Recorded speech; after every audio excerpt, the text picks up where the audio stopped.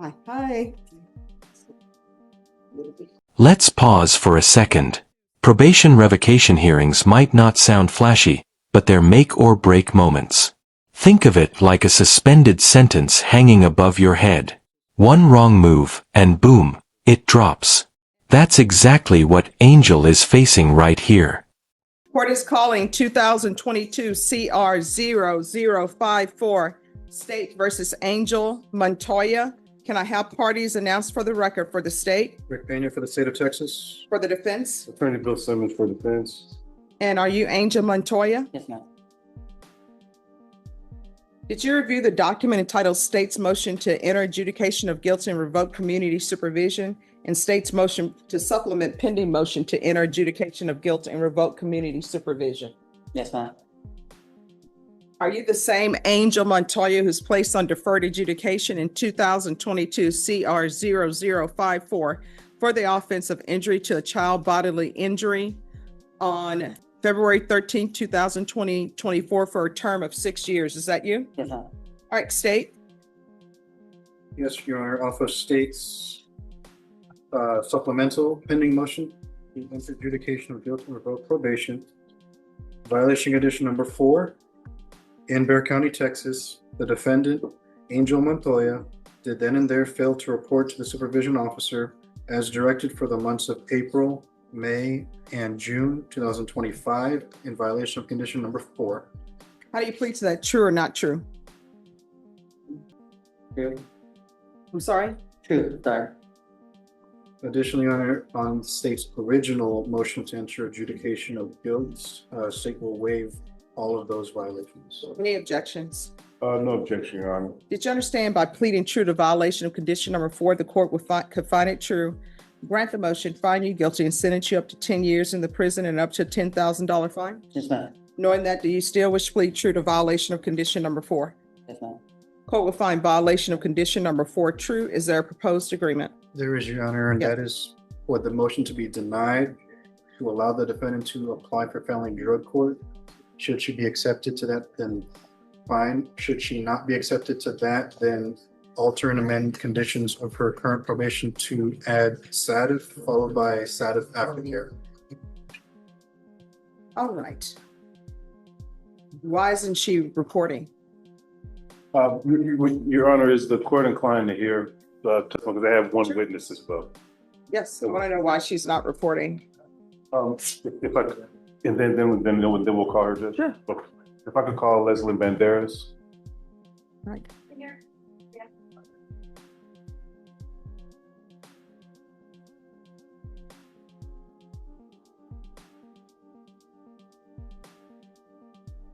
Hello, could you raise your right hand?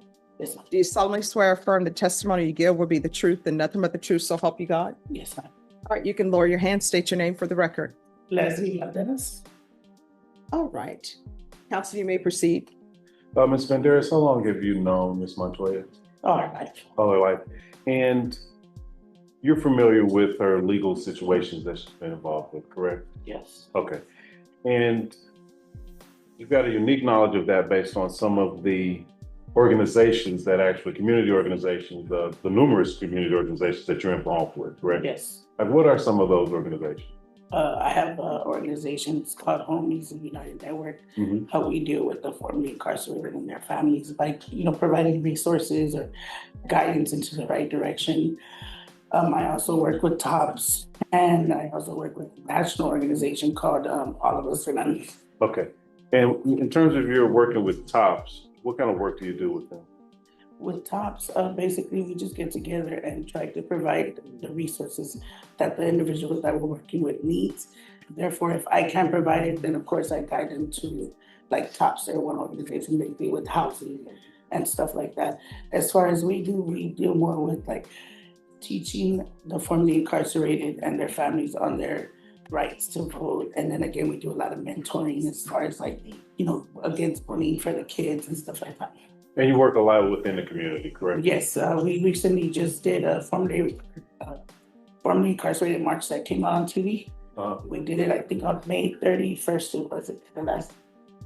And the reason I'm asking this is that so that you have some understanding of Ms. Montoya's what she's dealing with. Yes, And so, you had mentioned you deal with the formerly incarcerated. yes, When she had gotten out, she was on a parole, is that correct? yes, And, but she did, bottom line, you deal with a lot of people in these situations, correct? yes. Would you say that she was putting her best foot forward to try to?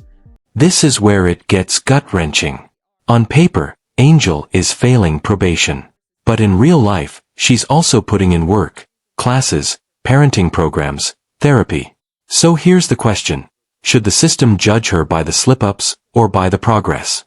What do you think deserves more weight, mistakes or effort?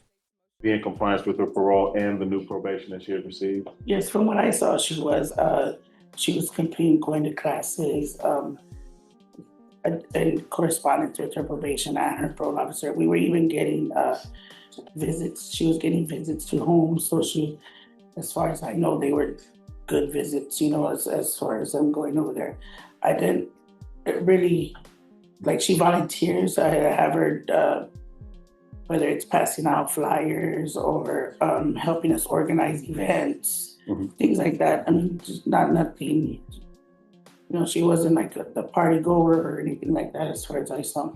And so, and when she was doing the outpatient treatment, she was going to all of those classes, correct? Because you were kind of. Yes, I was giving her rights to. Yes, giving her rights to them. And to believe she was only 2 classes away from completing an intensive outpatient.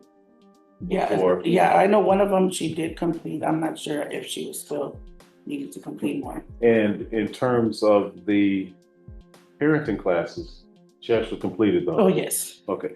And when you were talking, and the other thing, just when you were talking about the financial resources, again, it was tough for her. She got there, but there was some where she was making an attempt to do everything that she could. Would you agree with that? Yes. Okay. I'll pass it with you. Any questions? Just a few questions. I'm sorry, I didn't catch your name. Leslie Banderas. Miss Bandas? Banderas. Balderas. And how long did you say you've known Miss Montoya? I've known her all her life.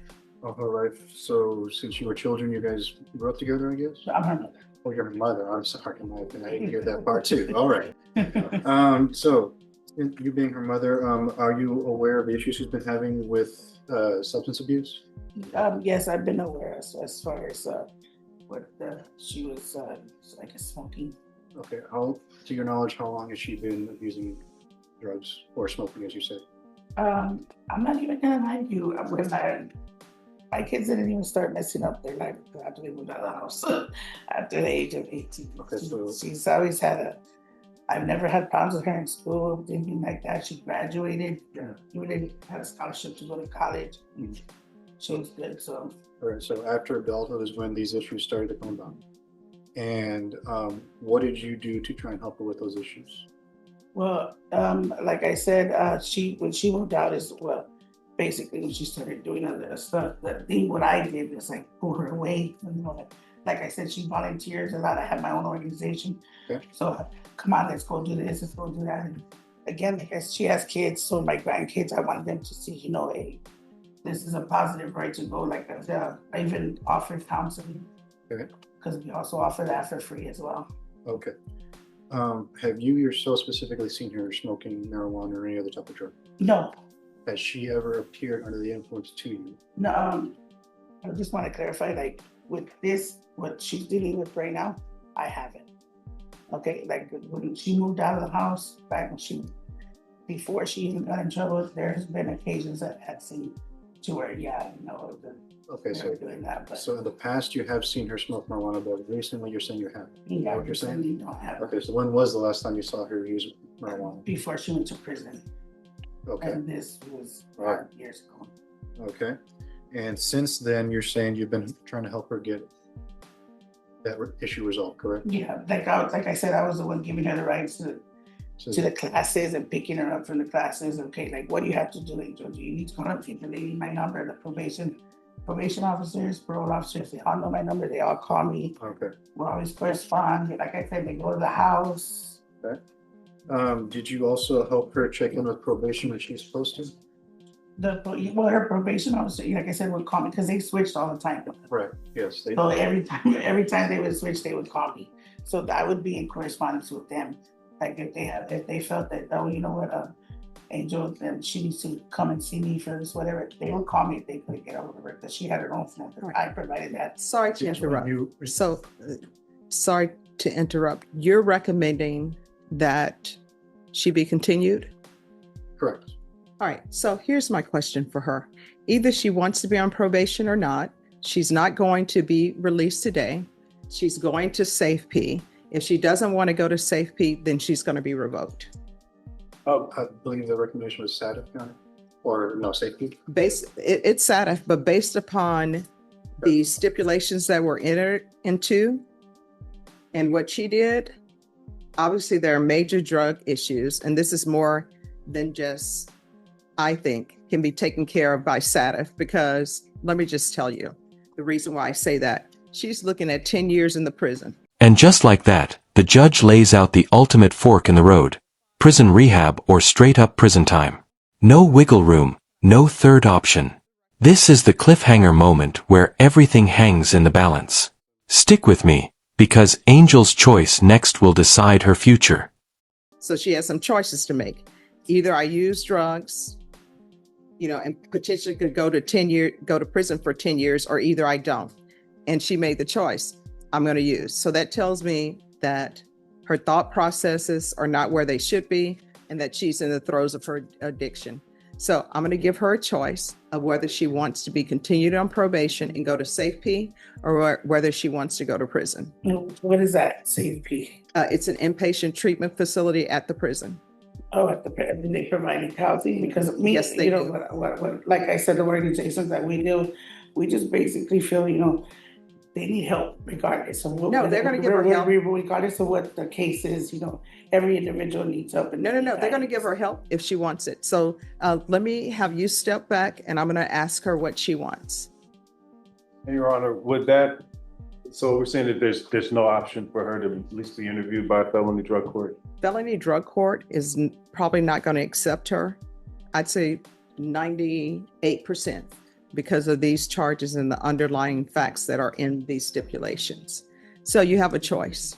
If you want, and these are your only two choices, there are no other choices. So there's no third choice. One, I can continue you. I will continue you and sentence you to safety. Or two, I will revoke you and sentence you to 5 years in the prison. Okay, but that interferes with my parole that I'm already on. And I'm good on parole. I go to all my classes, I pass all my drug tests, even some of the drug tests that I've come out negative as far as on probation, I've passed on parole. I'm getting help. I go to behavioral therapy, I go to therapy, psychiatrist, I'm on my depression, anxiety pills and everything like that. I'm on a mood stabilizer now that I'm in Bexar County. I See, these are things that people need to do when they're not in custody. was doing that before custody. I have proof that I was doing that before custody. I went to university, I got into behavioral classes, I got into therapy.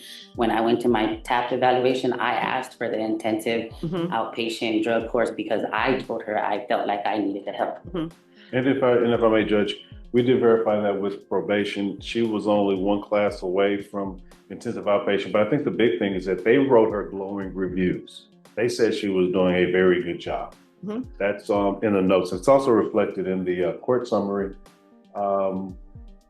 Any objections to the court reviewing the court summary? No, Your Honor. No mistake. All right, in reviewing the court summary, it says that once she just found out she had a warrant, she didn't report anymore. Yes, Your Honor, I believe, but it's also under the, if I could see it. What I was just specifically referring to was in their justifications.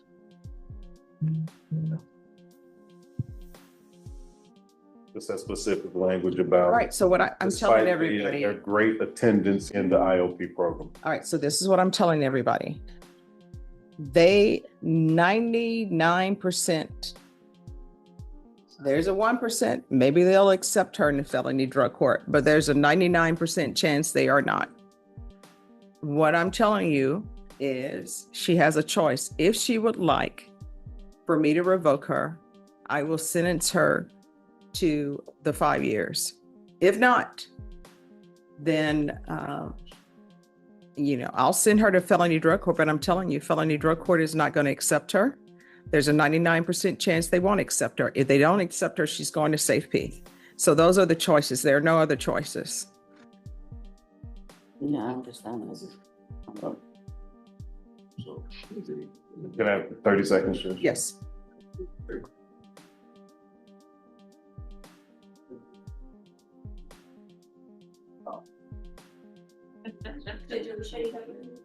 Yeah, just give me one moment.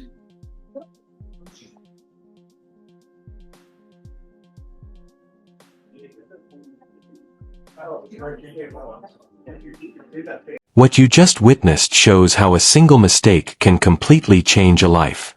In Angel's case, every second, every ruling carried massive weight. If you want to dive deeper into real courtroom drama, shocking twists, and life-changing judgments, stay tuned to Rolling Today. Here, we bring you real cases, real decisions, and the legal crossroads where fate is decided. So hit that subscribe button, ring the bell, and don't miss a moment, because the next big ruling, the next twist, could be right here on Rolling Today.